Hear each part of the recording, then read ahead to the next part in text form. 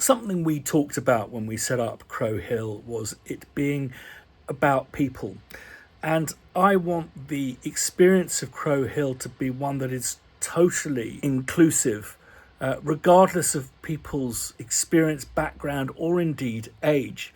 So it's a great honour today to introduce to you an unsung hero of the music industry and one of the most important faculties in the music industry, and that is the teaching of young people, particularly young people in impoverished areas, music, connecting them with education through music. And there is no greater example of this woman, Jean Allison. She's someone who a lot of people will be familiar with in Scotland because she wrote so many books that children studied across the country, but was also awarded an MBE for her services as head of department at the Westerhales School in Edinburgh. Now, for those of you who aren't from Edinburgh, you won't know that Westerhales it's a very challenging environment. Without making light of it, it's about as train spotting as Edinburgh gets. And what Jean did was connect young people to education via music. She changed lives. She also introduced synthesizers to the Scottish music education system because with these devices, she felt music would be more accessible, something that rings deeply with myself. So without further ado, it's a great honour to introduce Alice Allen interviewing Jean Allison. So Jean Allison, it's a total pleasure to speak to you today. A really big honour. You're really well known for your work in music education and have an MBE from the Palace as a nod towards the work you've done. Yes. It would be amazing if you would tell our viewers a little bit about your story, your own story with music, and how you came to teach at the Westerhales Education Centre, and a little bit of background about where that is. Yes. My sort of dream was to be a music teacher, but I had no idea at that stage in my life what that would actually involve.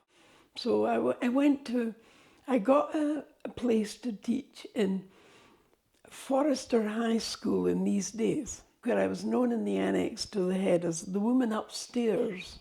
That was me. She'll be going to Westerhales, is she? And I thought, well, if that's how you feel about me, I don't really want to be working for you anyway.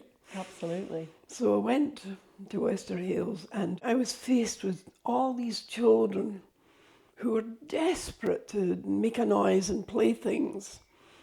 And they couldn't really understand. But I have to say what's very, very important here is that while I was at Forester High School, the music room was a room with 30 chairs and a pianoforte. I had wee groups of girls that would come in for singing or something, and they would say, could we play something else? And I said, well, what would you like to play? And they said, well, we've got recorders. And I said, well, bring your recorders in. And I was ready for them, and they started to play. And I put the notes up on the board. I put the staff notation, the normal, treble, clef, etc. And they said, no, they couldn't play. And they said, no, not these notes, the real notes, the BAGs, they said. And so I just thought, well, okay. So I wrote the BAGs up on the board and I gave them a wee introduction and they played it beautifully. And they had a lovely smooth tone when they played and they obviously understood really well about the rhythm, but it was all instinctive. So I thought to myself, that was the first light bulb moment. I thought, well, if I've got to do that to enable them to play, then so be it. So be it. And that's how I went on. And then when I got to Westerhales, the high school, the education centre, it had adult students and it had evening classes and all that kind of thing. And I, in my contract, was contracted to take 2 evening classes a week. And I began to think about what I could do because I saw all the equipment they'd got at that new school, and I didn't know anything about any of it. There were 2 electric guitars, there was a bass guitar, there were the ingredients of a 19-piece dance band, but I'd never seen an amplifier or a lead for a guitar. I knew nothing about it. So that was when my learning started. And over the years there, I was privileged to teach some of the best musicians I've ever known. And to me, what would be quite important would be to bear in mind as a teacher that you might come across somebody who's far better than you. It was an amazing experience in that school where very few people had the money to buy an instrument, and none of them had the room or the space to have a piano in their house because the neighbours would have soon stopped you. It became a kind of obsession with me almost, you know. I started to write little tunes that I thought the children could play, and I started to experiment with, I'm using the word orchestrating because I don't really know what else to do, but to make up little harmonic and rhythmic and contrapuntal little tunes that they could actually learn to play with the note names if they needed them. So I was absolutely stunned to find out the quality of those children who were interested and able. And I was stunned at the ability of them as well, because if you go into a class with the attitude of, well, I'm the teacher, you're the pupil, I'll tell you what to do and when to do it. But I've never been like that all my life. I said to them, and I got confident enough to be able to say to them, well, you'll need to ask somebody else about that. And your arrangements have been used in many, many schools now. Oh, yes. You were actually asked to make curriculums as well for... Yes, I did. I was in curriculum development for 2 years, and that was at the standard grade time. Now, the standard grade's long gone, but a piece of music is a piece of music. Absolutely. So, yes, I did that. And then they came to me and asked me if I would take on the job of preparing an approach to the electronic keyboard, because a lot of teachers, and number one, they didn't have them. Number two, they thought they were toys and not worth learning to play, because their experience had been the great piano works, Brahms and Beethoven and Chopin, and they couldn't see where the electric keyboard could possibly slot in. So in my introduction, I looked up the word keyboard, and I found that the keyboard started in the 16th century. Yeah. And essentially, they were a box on legs. And I thought, well, you know, and I found out by my researches that Bach had asked to have a special keyboard that he could play, and he wanted 5 octaves. And I thought, well, our keyboards, our actual electronic keyboard, proper full-sized ones, had more than 5 octaves. And I thought, well, if 5 octaves was good enough for Bach, it's good enough for us. Absolutely. So from your experience, how can young people access their musical talents before they even maybe know what they are? And what advice would you give to budding musicians? What advice would I give budding musicians? Listen to the music you love would be one of the things. And if you really love the music, get to know it. Listen to it. And if you're so impressed by a solo musician of one or another instrument, listen to it. Get to know it. And by that time you've got a definite idea of what it is you want to do, and then ask if it's possible for you to do things in the music department of a school, because a lot of teachers would probably be very pleased to be asked, what can I help you with? And you want to do it without putting them off. but also make them feel that, you know, what they're wanting to do is worth doing. And so it's difficult to say what you would do at the very beginning. You have to hope that there's some decent music making potential in a school. You know, talking as a teacher whose experience was that we had nobody in school when I was there that was able to pay for paid lessons. All the music they got was totally dependent on what we were able to offer them in school. And I said to them, the good news is everybody loves music, and if you don't love the same kind of music as me, that's not a problem. And I'll listen to the music you like if you'll listen to the music I like. And there was never any pressure put on them. There was another little story about a very good guitarist who was in the standard grade.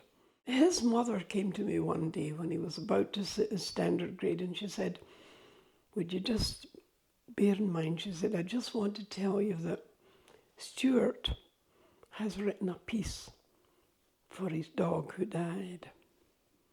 And he played it on a recording. He'd recorded it at home. And it was like a little country and western piece. And one of the examiners came, and it was in among the pieces that I was submitting for this boy's composition. And he said it was the most rewarding piece of composition he'd heard in the standard grade experience. And the boy had done it on the keyboard, and he was doing it because he'd lost his dog.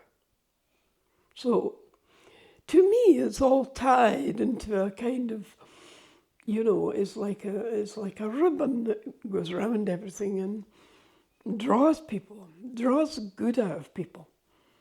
The good out of people is the main thing. And they begin to see the value of music if they get into it and they're allowed to progress in it. I couldn't overstress the value of music in young people's lives if they're encouraged to develop it to a reasonable level, or even just enough to be able to play. I was fortunate to be sent to Wester Hailes. I don't know how it happened. I have no idea, but they certainly brought me to a new place in my looking at music. And of course, I had the privilege of doing all these curriculum development things for other schools. That's where I got where it happened about the university alumni award, was because of the work that I had done.